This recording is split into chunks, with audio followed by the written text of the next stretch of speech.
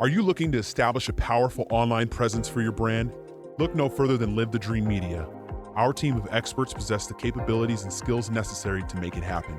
From creating compelling content to analyzing data and making strategic decisions, we've got it covered. Don't let a lack of social media know-how hold you back. Visit ltdmedia.net for more information.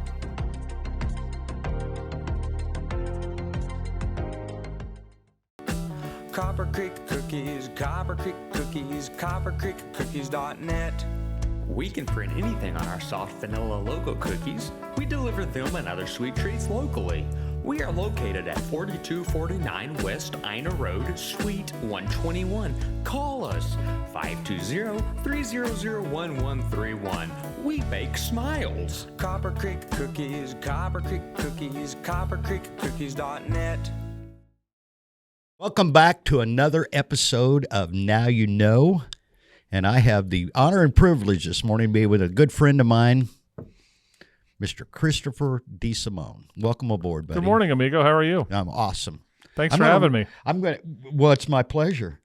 We've been setting this up now for quite a while. I'm going to just jump right in here and read your quote. Goodness. Your tagline.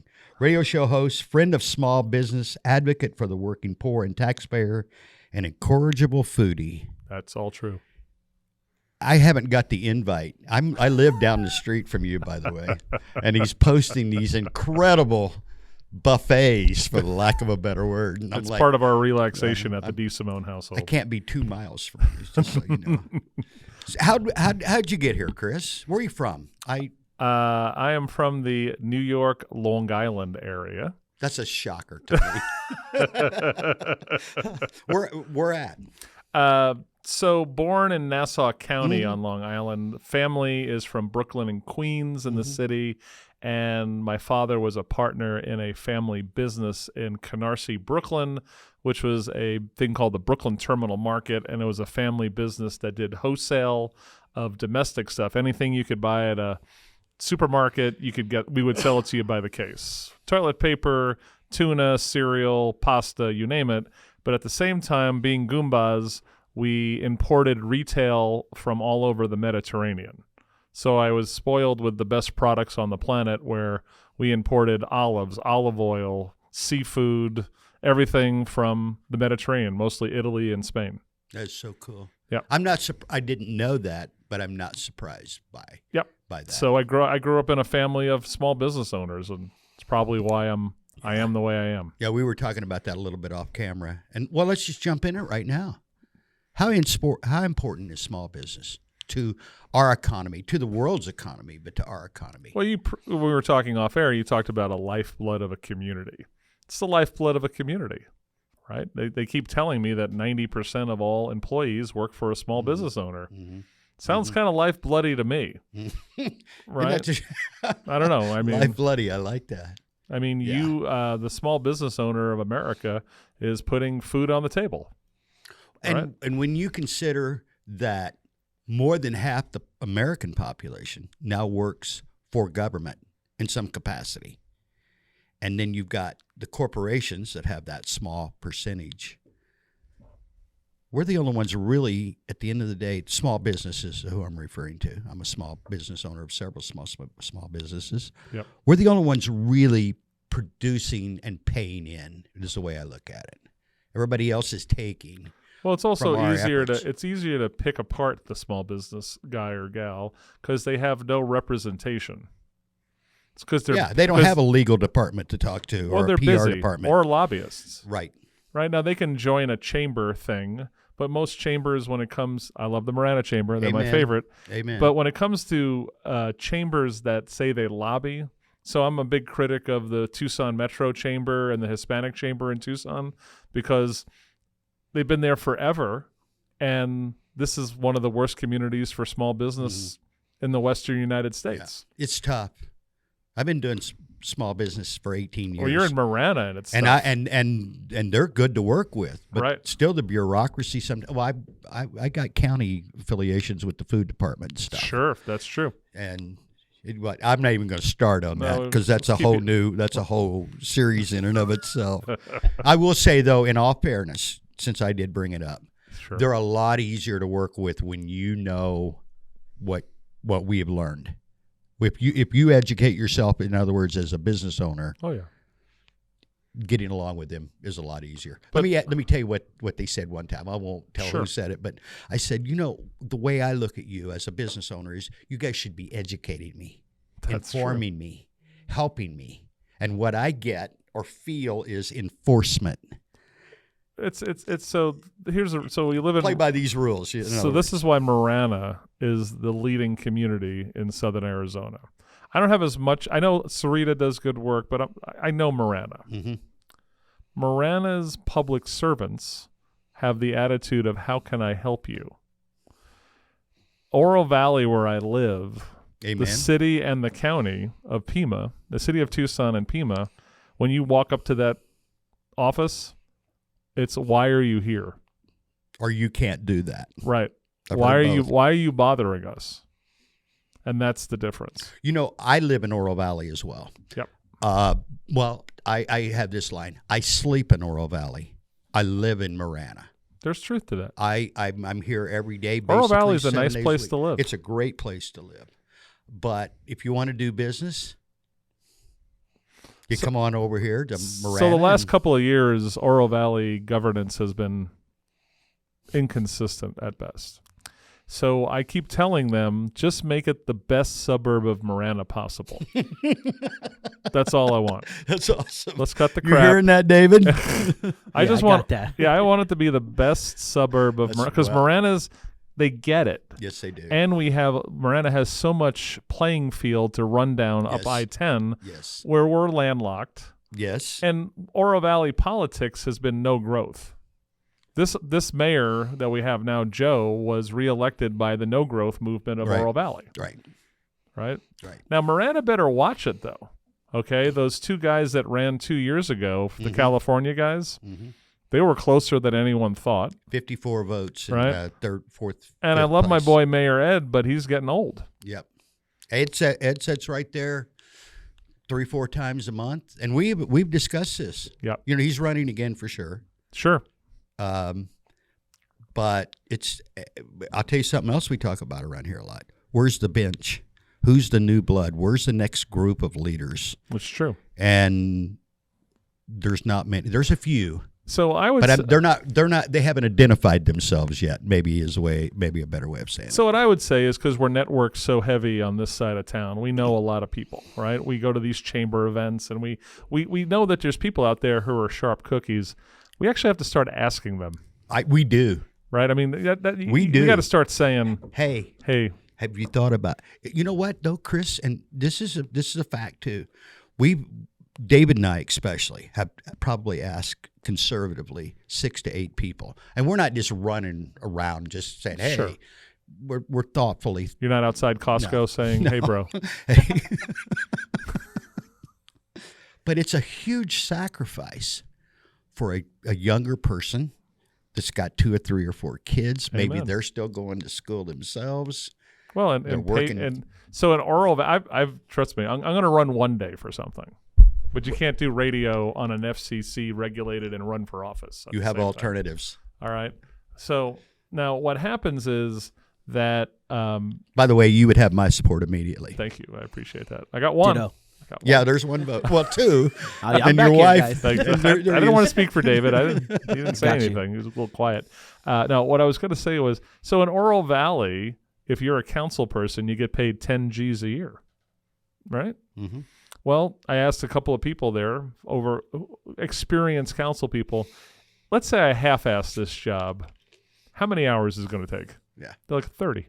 30 on a half-ass. Yeah. So I can't displace 30 hours of my week for 10 G's. Right. I just can't. Well, they pay a little more than that in Marana, They do, but still. but I'm pretty fiscally conservative about stuff. But you Yep. know what I said to them recently, this last election, is go in right now and let's get some pay raises for these positions. That's what people don't understand. So people always, like the city of Tucson's 24th out. I think that's fair. I don't Well, know that they're earning it's it, not but fair. So what does it attracts nothing but not great people to run for office. okay. That's What the would it problem. be in your world? I think it, for a city of Tucson, it should be easy 90 G's. 600,000. I think, give or take. I think it's 90,000 for Okay. a city of Tucson. I'd be good with Marana that. should be at least, and Oro Valley should be at least 50 apiece.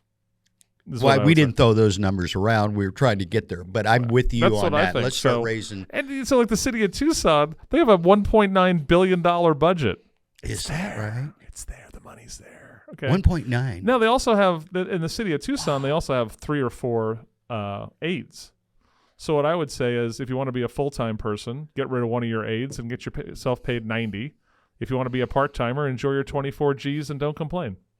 No, I like that. I hadn't thought get that. what you pay for. I'm not, well, you do.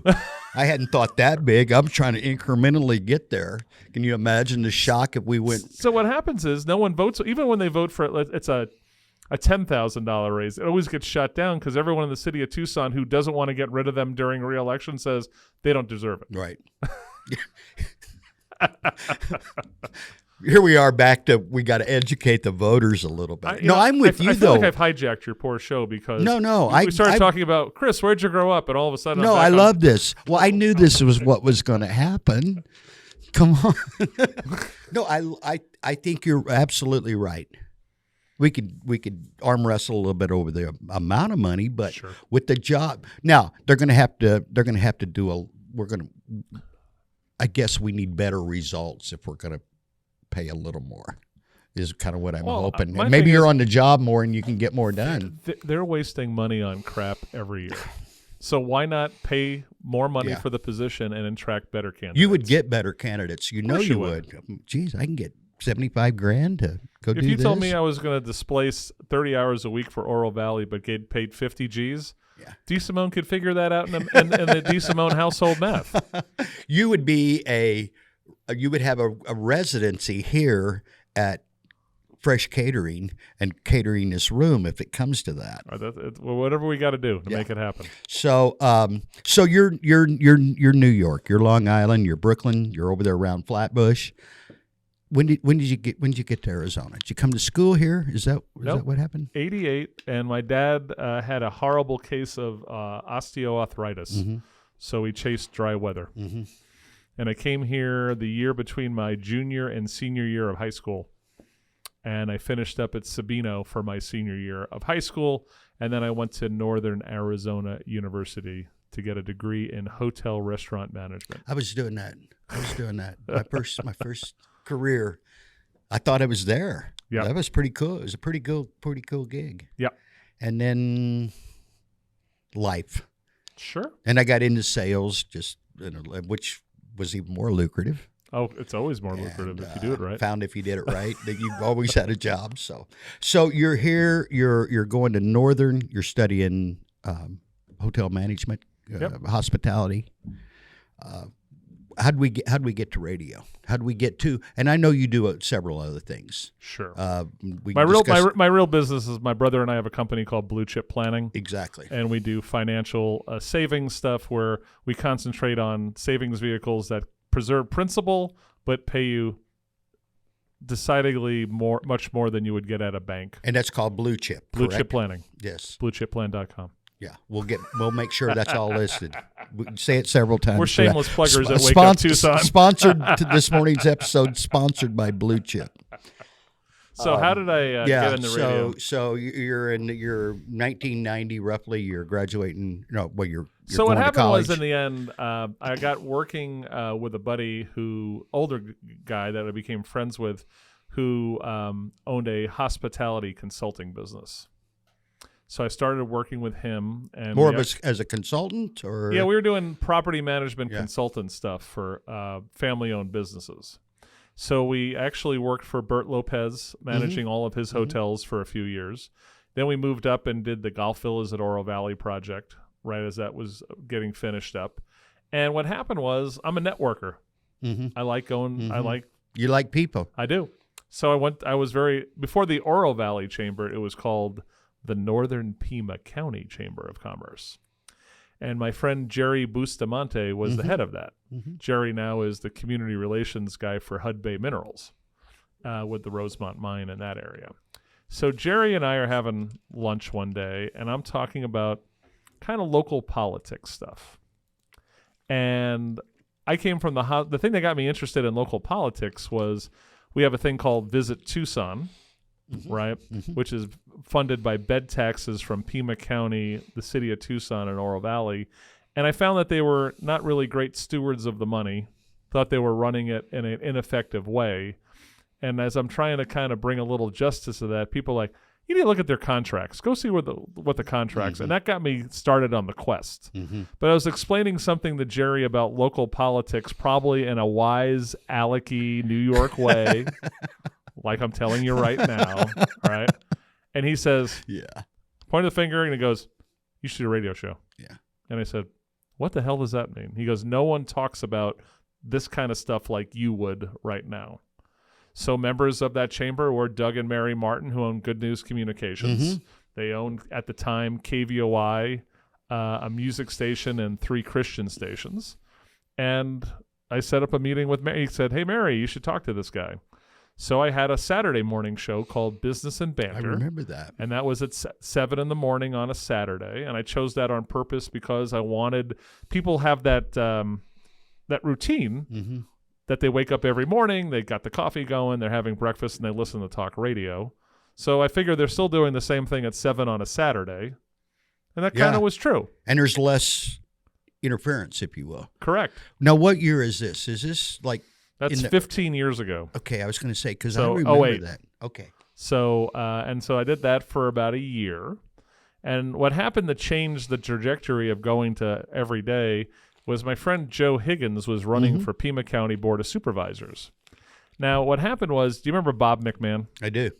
So Yes. Bob McMahon, he used to own a bunch of restaurants in Tucson. And Bob would ask me to come back to the incorrigible foodie side of the equation. He knew I could honestly speak about his food. I used to work as a chef, believe it or not, in the old days. Yeah. And what happened was he said, oh, I got this Italia place on Tanca Verde. You want to try it out and get your... So me, him, and Rick Grinnell were sitting there having lunch. And he said, hey, how do you like the food? And I said, well, 2 more notches, you'll get to Romano's Macaroni Grill. You're getting there. Okay? And so then he's like, right? And Italia went out of business literally 8 to 10 months after it opened. So shocking. But he said, have you had Joe Higgins on your show? And I said, what's a Joe Higgins? And so Joe was running in a primary against Ann Day. And Joe was fighting the local politics from the sign code guy. He started Sports Buzz Haircuts here in Tucson. He had Gotta Go Wireless. He had a small business garbage company called Talking Trash, right? And so he kind of came from that side of this equation. And what happened was Joe was Mr. Chamber Award winner, Trio gave him an award, and all these people would be like, hey, you should run for office. You would be great. It'd be great to have a business guy in there. Oh, okay. So he runs for office, but he runs against Ann Day, who was the comfortable candidate that they all knew how to basically manipulate, God rest your soul, Ann, to get her stuff done, right? And so all those business people they told him to run, when he said he was running against Ann Day, they're like, who are you? Yeah. We don't know who you are. Yeah. Right? Yeah. So what happened was he came on the show. We did an hour together. We had instant rapport, but similar kind of stories. We were both cradle Catholics. We both have kids, 2 kids apiece, exactly the same ages, all these kind of interesting things. And then this masochistic interest in local politics. That's what it is. So Joe lost the race to Ann by a couple of points, and we just remained friends. So we're at a place on Broadway. It's now the Welcome Diner that never opened after pandemics, but it used to be called Chafin's Diner. And Alex did great food out of there. And we're having breakfast one day, and we're literally having this discussion, deep dive. This is how the sausage gets made. And I said to him, remember how Jerry and George said, hey, this is a show. It's a show about nothing, right? We did this. We just did a show. Yeah. He goes, what do you mean? And so I said, we're going to do a show. So Doug at KVOI had a morning drive local, but nothing in the afternoon. And I always thought that a good afternoon drive local show would be good. Yeah. So I said, I'm going to drive to so I drove right to the station. And I pulled into the station. I walked into Doug's office. Hey, what's going on? And I said, me and Joe think about doing a show. We know we could bring advertisers in from all of our connections. We're thinking morning drive time. And he goes, it's so weird you walked into my office. I said, why is that? He goes, my morning drive guy just quit on me 40 minutes ago. How's that for being on the right path? Yeah. And we started with an hour. Then we went to 2 hours. And then Joe would do the first 2, and then I'd do a show called the DeSimone Daily Double after that. Where we do like a full deep dive interview with someone every day. And then Joe went off to build charter schools. So Joe is the main reason why there's Lehman Academies of Excellence over Arizona. They're so awesome. So I was on the board of the Lehman Academies for the first 4 to 5 years as we built, Marana, the Oro Valley one, the Golf Links one. We took over a school in Sierra Vista, and then we built the final one I was around for was the one that we put on Pima. And those are incredible schools. There's a lot of people in Marana. Those are incredible. Who I'll tell you who this is off the air. I can't tell you who it is, but someone that we both know in Marana who's involved in the business community moved here because of a spouse's job. Now, what happened was when she got here, she saw the city of Tucson and went, ugh. Yeah. So then she went to Marana and went, this is better. Yeah. But then school-wise, the Marana School District is okay. It's not good. Yeah. Okay? It's mediocre. I'd give it a mediocre rating. And she was worried about that, coming from back east, whatever. And the thing that saved her and her husband was that she could put her kids at the Lehman Academy. When I first moved to Arizona back in 1991, Tammy and I we got here in 91. 88 is when I first got here. But I worked for Challenge Charter School. Okay. Way back in the day. I can't remember what year. And was part of that original when the charter schools really started hitting the ground in Arizona. And I've been a huge supporter of that. School choice, it should be, we shouldn't even be discussing this. Well, you should just have options available to your kids, and your bank account shouldn't dictate where your kids should go. Is what I. So Joe and I last November were invited to it was Heritage Foundation Goldwater Institute up in Phoenix forum on academic freedom, and we're one of the leaders. Now, if somehow Republicans blow elections coming up, and they don't have control, the other side's going to rip that apart. Mm-hmm. They hate it. They're already working pretty hard on the the earned ESAs, the ESAs, empowerment scholarship, and that's what roughly 7,000 a kid. Correct. And I'm talking to a parent just a couple of weeks ago, homeschooling 4 children, and I'm like, the state's got $28,000 for you. You're correct. And they're like, what? And I'm like, you just got a $28,000 pay increase. Get after it right now. So think about this. So you have to give these parents the escape valve from the public schools. So if you look at Sunnyside, TUSD, Tucson Unified School District, and Amphi, they stink. All right? And so when I'm nodding my head for just let me agree with you. When people ask me, they say, what's the number one issue? If I'm speaking in front of a Rotary group and they say, what's the number one issue? And I'll go, water is always the number one issue, right? We're in a desert. Yeah. There's issues. Number 2, I would have said, if I said 5-10 years ago, I said, well, we got to have a more business-friendly environment and a level playing field. I'm down to number 2 is literacy. Mm-hmm. I'm with you. We're cranking out kids that can't read. Exactly. I mean, a lot of them. Used to be it was a small percentage, Johnny can't read, but now and they're not only can't read, we were talking about this off camera a minute ago, but they have no clue on finance. Did you know that 93% of all Americans retire needing Social Security to survive?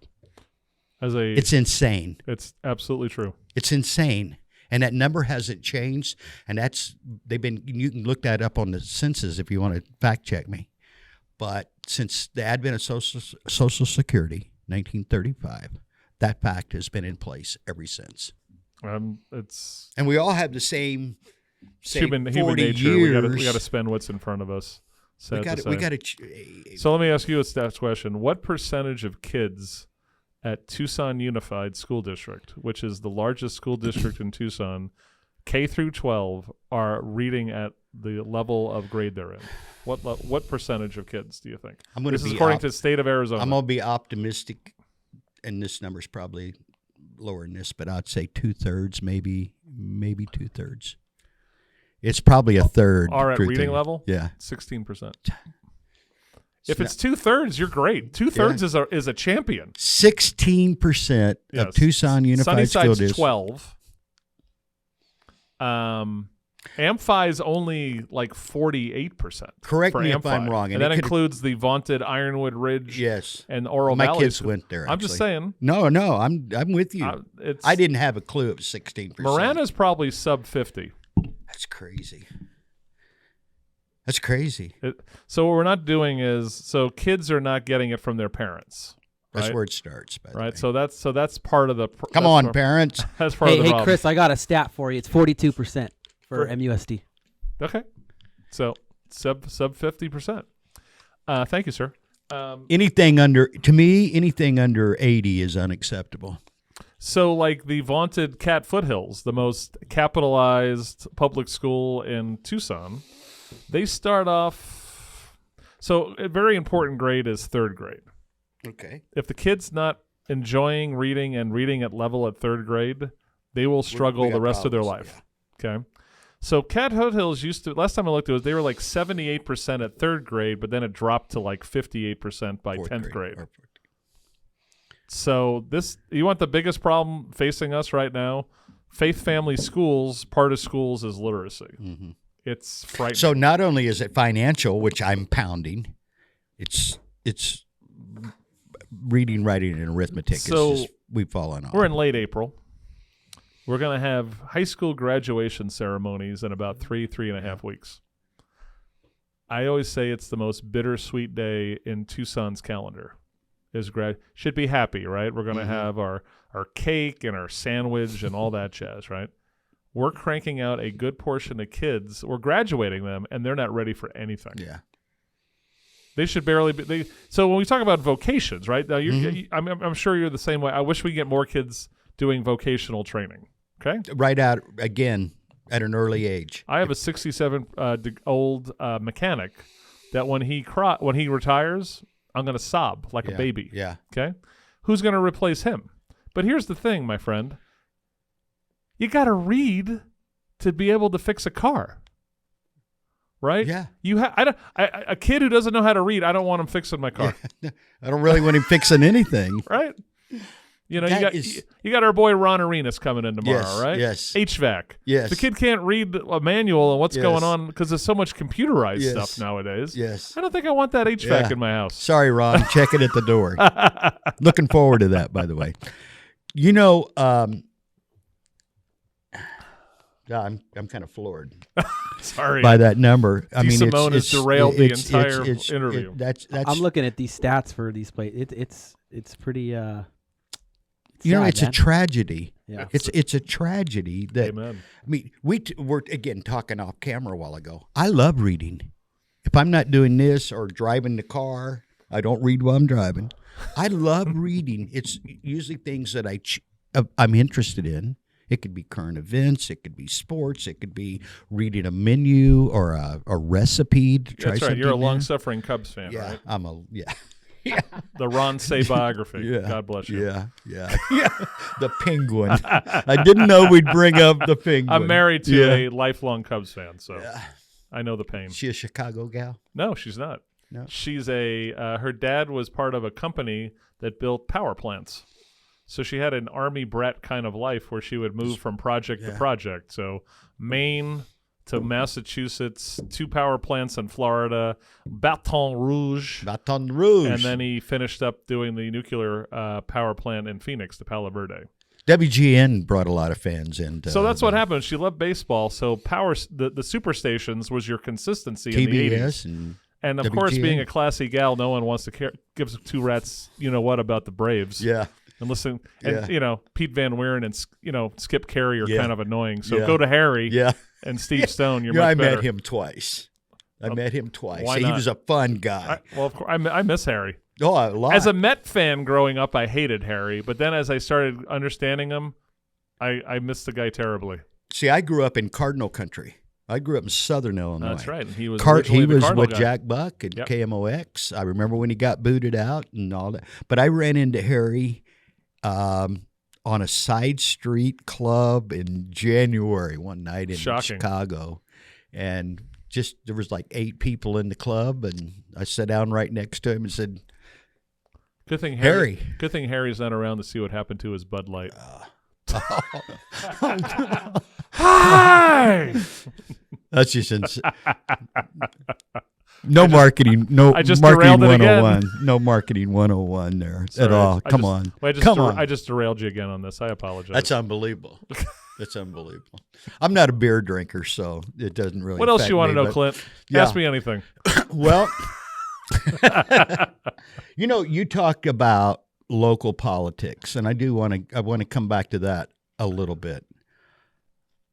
To me, and we talk about this, an old cliche, but all politics are local Amen. in my book. Yep. And I want to be part, and this is why I'm proud to be a part of the town of Marana. I want to be a part of a community that's a beacon. Other people, when in 2018, 42,000 people lived, called Marana home. Yep. We're now over 60. That's 5 years. We've had a nearly 50% increase in population. Not by accident, by the way.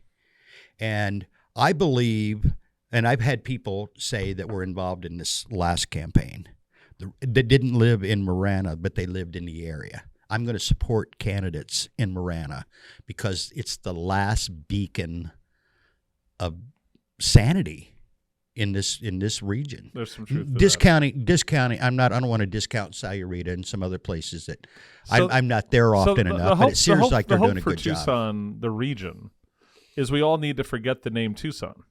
Mm-hmm. It's a dead issue. Mm-hmm. They're not coming back. Mm-hmm. I'm with you. All right? Unfortunately, So we are all communities on the edge of a astronomical black hole. Mm-hmm. That's what's going on. To the south. So just for an example, we hired a new town manager in Oro Valley. Mm-hmm. One guy was from Ohio, Illinois. The other guy was from Westminster, Colorado, which is a beautiful community. Number 2 guy, CFO. And this right? was last week. Yeah, wasn't it? literally Yeah. 10 days ago or so. So they had the meet the candidates thing. So I go up to the guy to Westminster. I have some friends up there who did a little snooping on him, good reviews. And I just pointed at him and go, why are you here? Why would you come here? You're in the Denver, that Denver region, they're making money hand over they're fist. killing it. Yeah.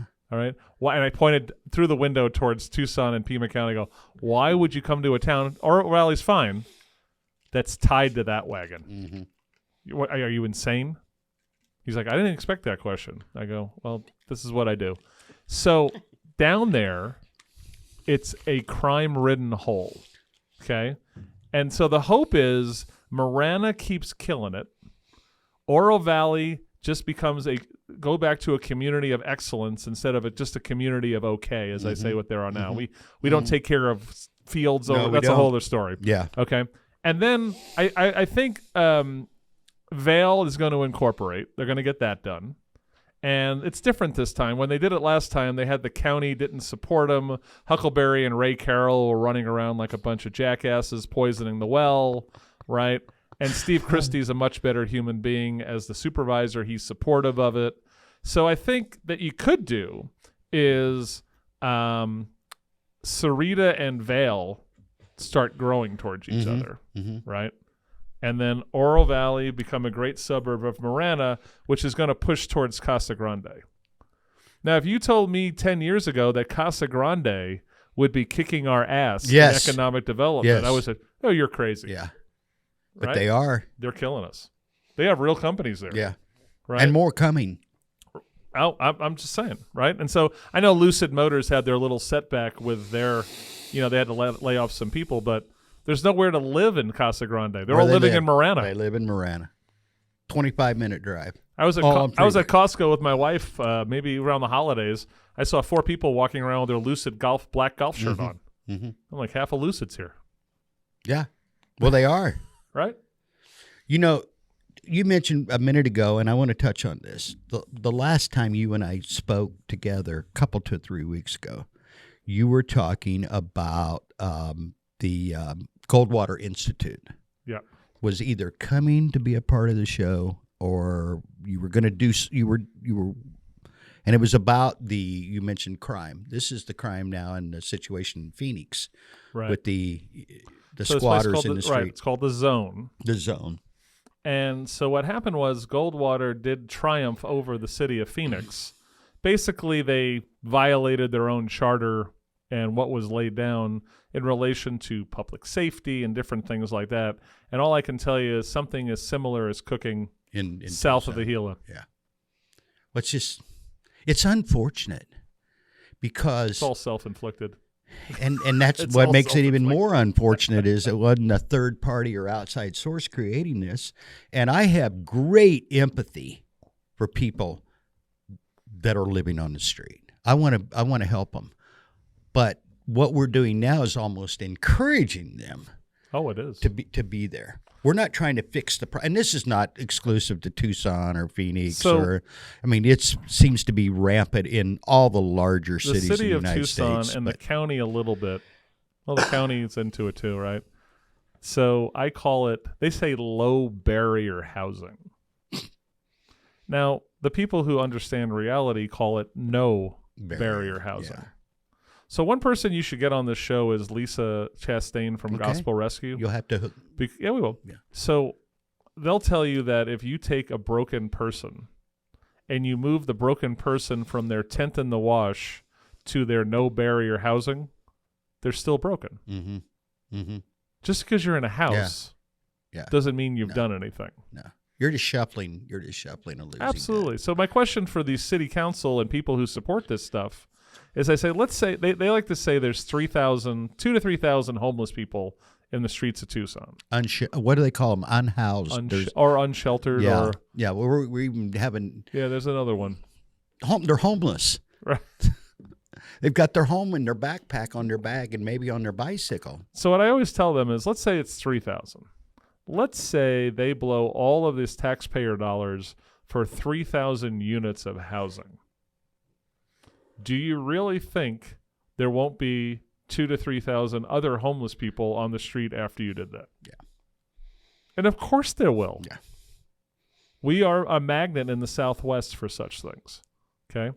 Now, add on top of that, Pima County, with the Casa Solitas Catholic Community Services, has the one-stop shop to bring in illegal immigrants and shoot them all over the country.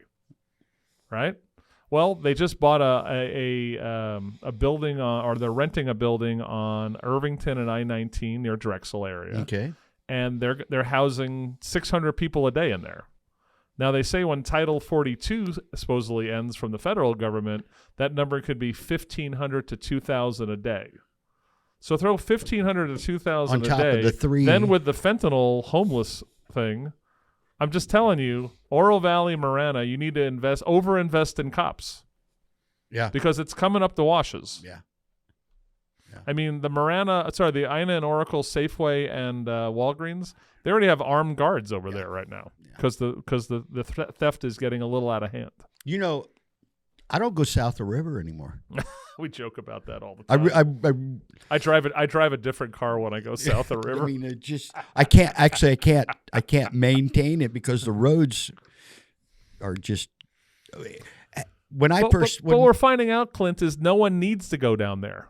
Exactly. Right? What do I need down there? My kid goes to the depot down there, and that's about it. So remember, I'm a restaurant guy, right? I invented the 23 miles of Mexican food concept for the city of Tucson. I love those people down there. All right. Right. But what's happening is my brothers and sisters of Oro Valley and Marana, they're finding out, well, like, why do you go down there? Yeah. I said, well, they do amazing work. Yeah. Right. But aren't you afraid?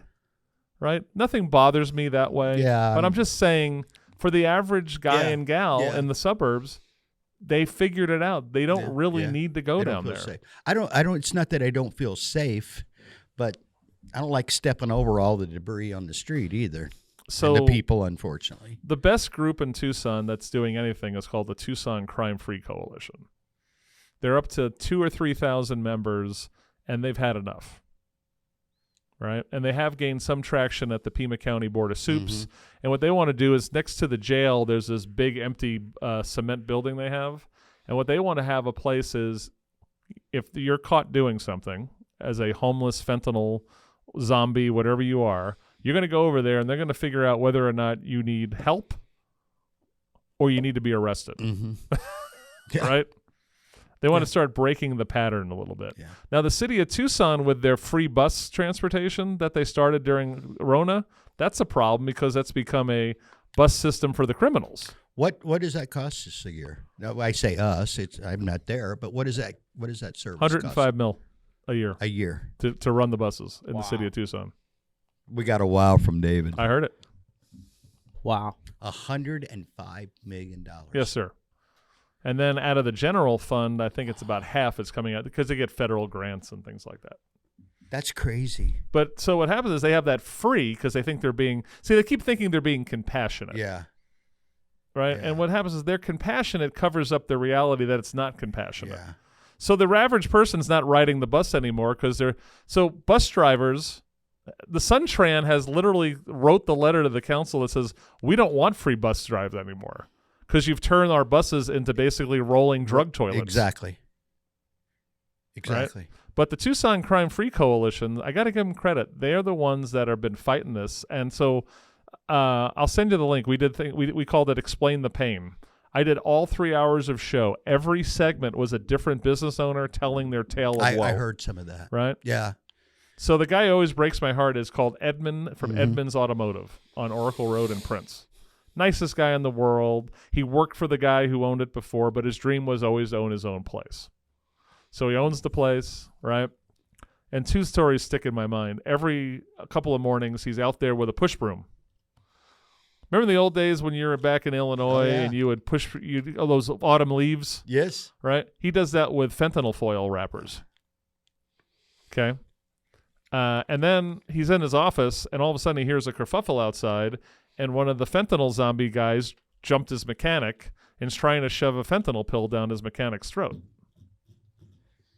So this is what's going on down there. Daily. Hourly. Yeah, it's true. So it's so unfortunate. Hey, David, do a quick number for me. 105 divided by 3,000. Gotcha.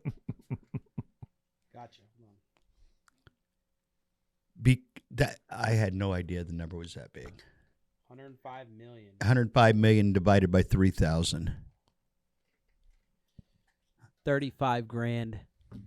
A year per if we convert some of that, 35,000 a year. 35,000. 35,000 per what? Per homeless person. Oh, that's true. We could make you could start making, I would hope, some improvements. So it's so funny. Suntran did a survey. They were talking to writers.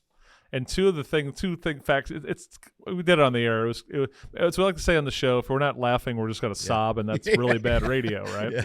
So there were two things that came out of the survey. One is the people who did the survey felt amazingly unsafe being on the bus doing the survey. And then there was a large percentage, over 50% of the people they talked to, when you say, "What's your destination?"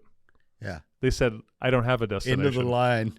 They're just literally just riding. So in the summer, it became a cool place to shoot up their to snort their fentanyl, because what they take it with their little thing and inhale the fumes. So anyway, that place has lost all sense of self-respect. Yeah, and it's not coming back. Not anytime soon. Oh, it's going to crash hard. Yeah, not anytime soon. We used to say Detroit of the desert 10 years ago. Yeah. Now, the difference was Detroit had different kind of legal mechanics that the state took over. Took over the running of Detroit. I don't know if they could do that here. I grew up near St. Louis. St. Louis kind of gets left out of the conversation.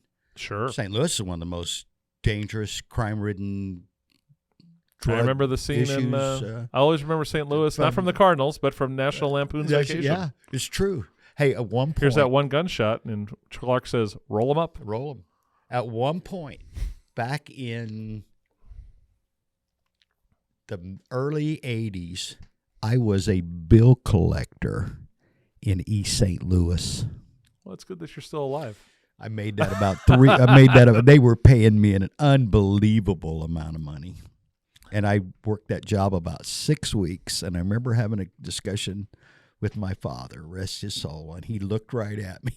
And my dad was a really good dude, but he got right to the core and he goes, "Are you crazy?"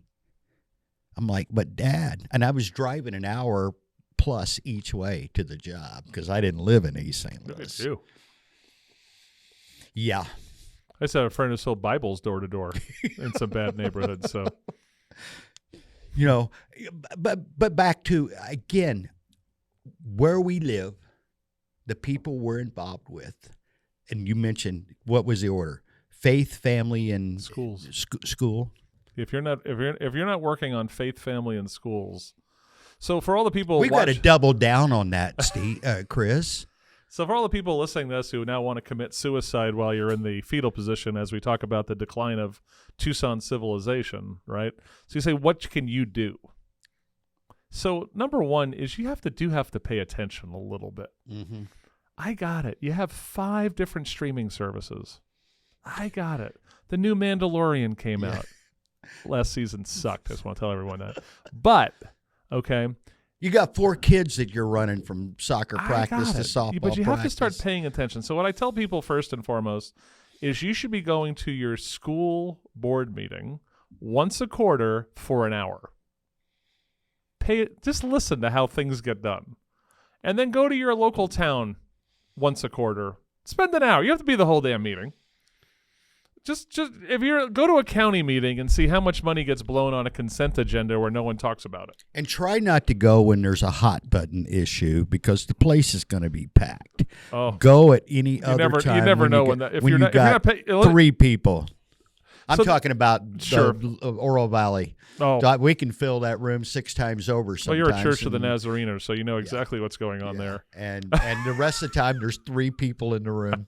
Although I was watching it one night. We were doing something there, and there was a whole bunch of the opposition, for the lack of a better word, and 3 or 4 of our guys there. And I looked at my wife and I said, "We're going." That is the most interesting. I've seen a lot of rezone battles in Oro Valley. I've been in Oro Valley since '95.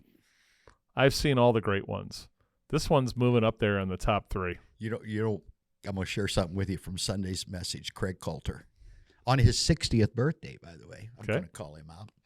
He said since the pink signs went up on the street, sure, you know what I'm referring to. Yep. And as a matter of fact, I see them in a lot of other locations too. But on that street, our attendance has gone up dramatically since the signs went up. Interesting.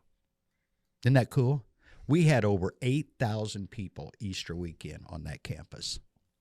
I almost made the mistake of taking Northern from my church to Calle Concordia, and then I went east on the circle and saved myself from that traffic because I saw how many people were 3,500 on Saturday morning and spread out over 4 services plus the satellite at Saddlebrook, 4,500 on Easter morning. So it's very interesting the way that all that's cooked. I'll just tell you is what I think what's going to happen is, right? So it's either they approve it and they get sued by the neighbors, or they don't approve it and get sued by the church.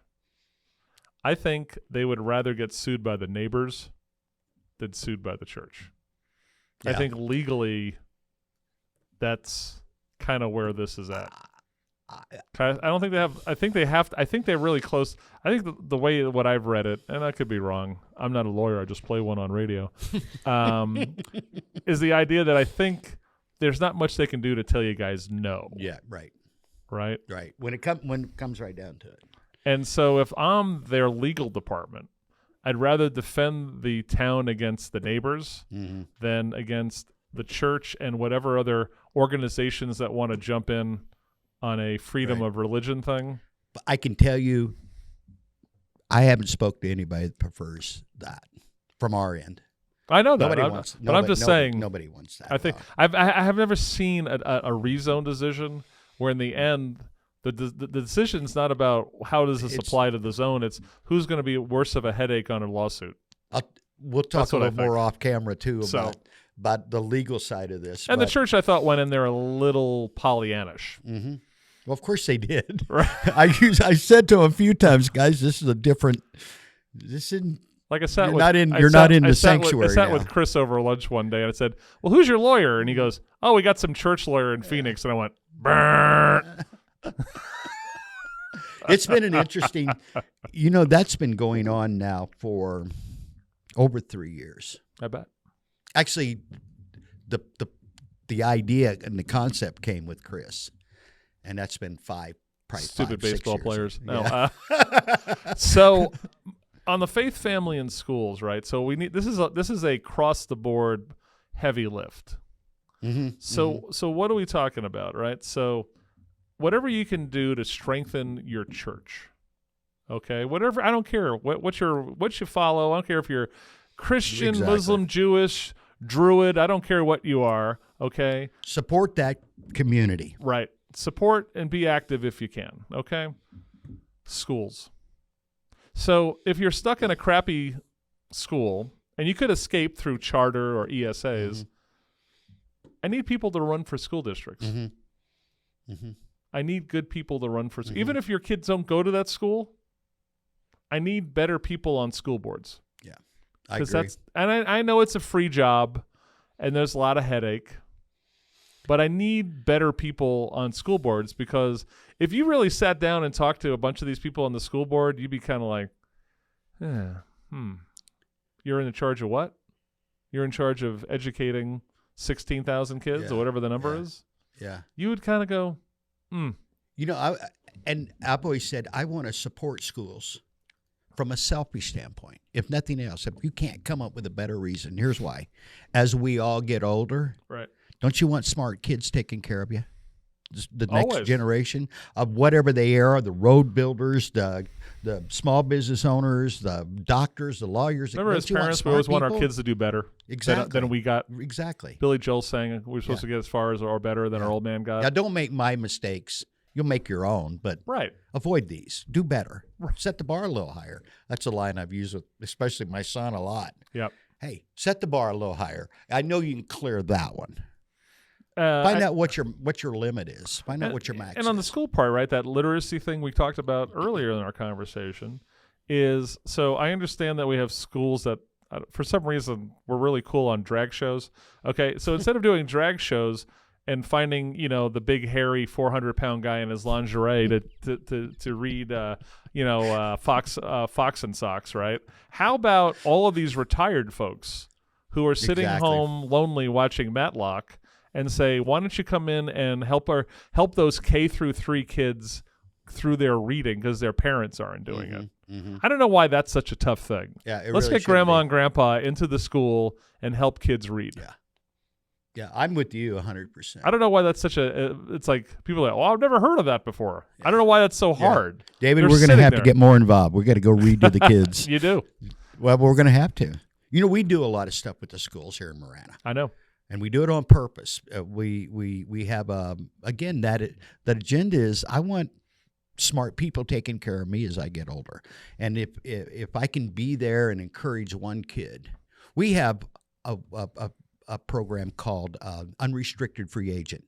It's part of a paywall, behind a paywall now at LTD, but when it was free, and we've given it to them, but we had several high schools. I had teachers come up to me in everyday walks of life, go, we're listening to you. My kids are listening to this stuff. And it was free agency, but not in the sports sense, right? In your life. You can live your life as a free agent if you choose. And here are some parameters, or here's some things to get you. It's a state of mind, is what it really is. Because you don't have to be an entrepreneur or a business owner to be a free agent. You just got to think like a free agent. What am I worth? What's my value? Amen. And I wanted, and that was so cool that I had people come up to us going, I printed, you guys said such and such, and I printed it. Or my kids were going to do this interview, and I had them listen to this episode. That's beautiful. How cool is that? That's because great. If we're affecting one child positively, that might be the cure to cancer we're working on there. So what you're talking about, right? So we talk about faith, family, schools, right? And we talk about family, right? And all of these things, is why is the world suck right now, right? The world sucks because people who were brought up in they were brought up in a world of crappy ideological schools, little or no faith, and a crappy family environment. Guess what happened? They're the presidents of universities, professors, principals, school board members, board of soups, U.S. presidents, senators, Congress people. I can just keep going. Right. And you're right. Right? We lost this over the last 50 years. I would agree. Right? And I will tell you that as a guy who is a right-leaning libertarian in a way, right? We abdicated those responsibilities to others. Yeah, guilty. That's what we did. Guilty. We did. You know, how many people you know in your life that K through 12 for their kid is babysitting? Yeah. Right? Well, nothing pisses me off more than when I hear parents in August go, "Thank God the kids are out of my hair going back to school." I'm like, "What?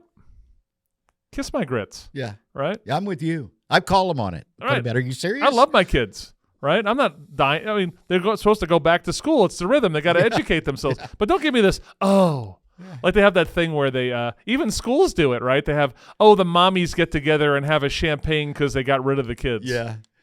Go to hell. Hey, you don't want me in charge of your schools because we wouldn't take the summers off.